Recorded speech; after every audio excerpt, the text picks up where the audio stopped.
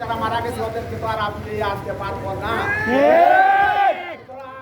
এই দেশ বাংলাদেশের জন্ম হয়েছে সেই বাংলাদেশের ছাত্র এবং শিক্ষকের জন্য 1952 সালের কথা চিন্তা করেন, 1971 সনের কথা চিন্তা করেন। আমার এই বিশ্ববিদ্যালয়ে আমি বিশ্ববিদ্যালয়ে 2 বার প্রক্টর ছিলাম।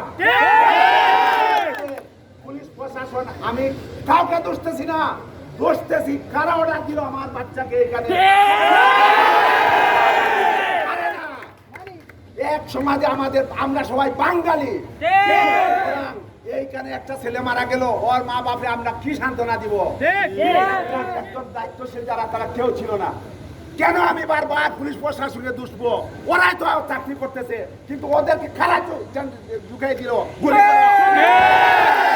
দেখতে হবে, আপনারা না বুঝার বান করবেন না।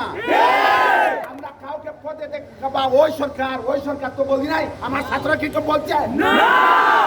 তাহলে কেন আমার ছাত্রদের মুখে গুলি চলা হলো? এই সামান্য একটা আবদার, এইটা নিয়ে অত লং টাইম কেন আপনারা খেলা খেললেন?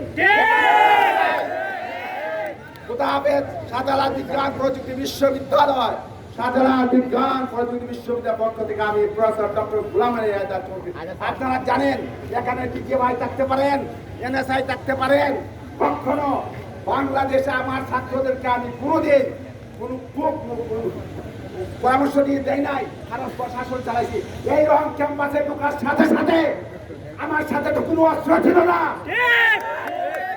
কাছে টাকা রাত 10টা আমার ছাত্র উঠছে। আজকে এইসব ছাত্ররা ভালো জায়গায় ইসলামের, আমি তো কোনো লাঠি নিয়ে আসতাম না। দেখেন আপনার এটা বিচার করতে হবে। এই বলে আমার মন্তব্য শেষ করলাম। ওকে, ধন্যবাদ।